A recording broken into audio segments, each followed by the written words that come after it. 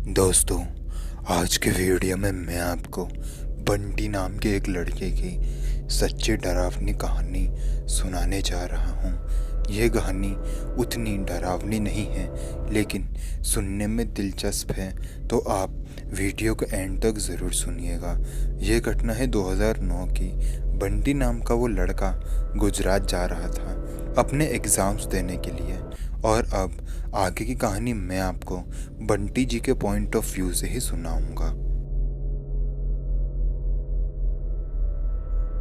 मेरा नाम बंटी है। आज जो घटना मैं आपको बताने जा रहा हूँ वो मेरे साथ 2009 में घटी थी। 2009 में मैं अपने गांव से गुजरात जा रहा था अपने एग्ज़ाम्स देने के लिए। मैं गुजरात पहुंच ही गया था। एग्ज़ाम अगले दिन था और एक रात के लिए मुझे किसी होटल में रुकना था, लेकिन होटल में रुक सकूं इतने पैसे मेरे पास थे नहीं।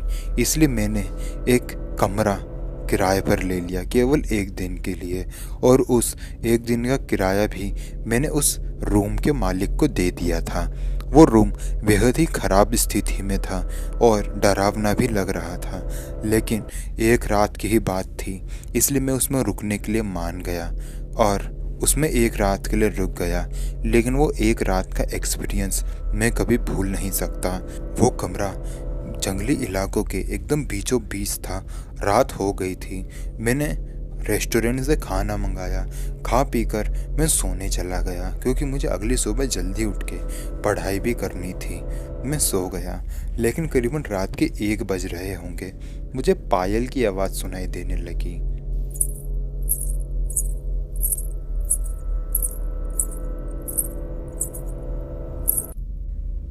मुझे ऐसी आवाज़ें आ रही थी जैसे कोई औरत मेरे उस रूम के आसपास परिक्रमा कर रही हो। मुझे बहुत देर तक उसकी आवाज़ सुनाई देती रही और मैं बहुत देर तक उसे इग्नोर करता रहा, लेकिन एक लिमिट के बाद मैं उठा और मैंने उस रूम की खिड़की खोली। जब मैंने रूम की खिड़की खोल के बाहर देखा तो मुझे कोई भी नज़र नहीं आया, लेकिन वो आवाज़ें मुझे अभी भी सुनाई दे रही थी। मुझे वो आवाज़ें बहुत ही डिस्टर्ब कर रही थी। मैं सो भी नहीं पा रहा था। मैंने सोचा कि ये रूम जंगली इलाकों के बीच में है, इसलिए मुझे ऐसी आवाज़ें सुनाई दे रही होंगी, लेकिन वो आवाज़ें लगातार सुनाई दे रही थी। फिर मैंने आखिरकार उस रूम का दरवाज़ा खोला और बाहर चला गया। बाहर जब मैं गया तब मुझे एक औरत दिखाई दी, जो कि बहुत ही अजीब औरत लग रही थी। उसकी हाइट करीबन 7 से 7.5 फुट तक रही होगी। इतनी लंबी औरत मेरे सामने थी, जो कि मेरे उस रूम के आसपास चक्कर लगा रही थी। उसके हाथ में एक नारियल भी था। वो देखकर मैं बहुत ज़्यादा डर गया था और घबरा गया था। घर के अंदर आने के बाद उस रूम के अंदर आने के बाद मैंने उस रूम के मालिक को फ़ोन किया और उसको ये सब बताया। उसने मुझे कहा कि ये तुम्हारा कोई वहम होगा, एक रात की ही बात है, एडजस्ट कर लो। मैं वापस से रूम के अंदर गया, लेकिन जैसे ही रूम के अंदर गया तो मैंने कुछ ऐसा देखा जिसे मैं अपनी ज़िंदगी में कभी भूल नहीं सकता। जैसे ही मैं रूम के अंदर गया तो मैंने देखा कि उस रूम का जो पंखा था उस पर एक औरत की लाश लटक रही थी। उस दृश्य को देखकर मैं इतना ज़्यादा डर गया कि मैं चीखने चिल्लाने लगा। मेरी चीखने चिल्लाने की आवाज़ें उस फ़ोन में रिकॉर्ड भी हुई और उस रूम के मालिक ने भी सुनी। मैं भागते हुए उस रूम के बाहर आया। रूम के मालिक ने मुझे पूछा, क्या हुआ, क्या देखा तुमने? वो समझ चुका था कि आखिर मैंने क्या देखा है, क्योंकि उसे इस रूम की सच्चाई पता थी, लेकिन वो ऐसा प्रिटेंड कर रहा था जैसे उसे कुछ पता ही ना हो। लेकिन जिस वक्त मैं उससे फ़ोन पर बात कर रहा था उस वक्त तक मुझे भी नहीं पता था कि उसे इस रूम की सच्चाई पता है। मैंने कहा कि एक औरत की लाश मेरे पंखे से लटक रही है, मैं रूम के बाहर खड़ा हूँ, तुम जल्द से जल्द यहाँ पर आओ। वो करीबन आधे घंटे के बाद उस रूम पर आया। तब तक आधे घंटे तक मैं उस रूम के बाहर ही खड़ा रहा। मुझे तब तक उस रूम के अंदर से पायल की और किसी औरत के रोने की आवाज़ें सुनाई दे रही थी।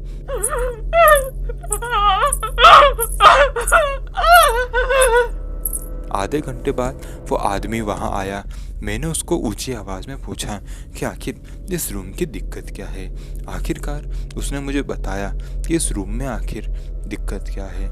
उसने मुझे बताया कि इस रूम में पहले एक औरत रहा करती थी जो कि एक स्टूडेंट ही थी, लेकिन उसके सर पे पढ़ाई का इतना बोझ था कि बेचारी ने सुसाइड कर लिया, अपने आप को मार दिया उस लड़की ने फांसी लगाकर। तब से ये रूम हॉन्टेड है और इसे कोई नहीं खरीदता। मैंने उस आदमी की कॉलर पकड़ ली और कहा कि ये रूम तुमने मुझे क्यों दिया। उसने कहा कि एक रात की ही बात थी, एक रात में क्या ही हो जाता, इसलिए उसने मुझे ये रूम दिया था। खैर, जब तक सुबह नहीं हुई मैंने उस आदमी को अपने पास ही रखा और अपने किराए के पैसे भी उससे वसूल कर लिए। अगली सुबह एग्ज़ाम देके मैं अपने घर वापस चला गया और ये घटना मैंने अपने घर पे किसी को नहीं बताई, लेकिन मेरा एक दोस्त था जिसका नाम प्रफुल्ल था, उसे ज़रूर बताई थी और उसने मेरी बात पर यकीन भी किया था। और मैं नहीं चाहता कि ये बात मेरे परिवार को पता चले, क्योंकि वो खामखा की टेंशन लेंगे और ऐसी कोई घटना मैं आशा करूँगा कि किसी और के साथ ना ही घटे। तो दोस्तों, वीडियो पसंद आई तो वीडियो को लाइक करें और कमेंट करके बताएं कि अगली वीडियो आपको किस टॉपिक पे चाहिए। तो मिलते हैं अगले वीडियो में, तब तक के लिए जय हिंद, जय भारत।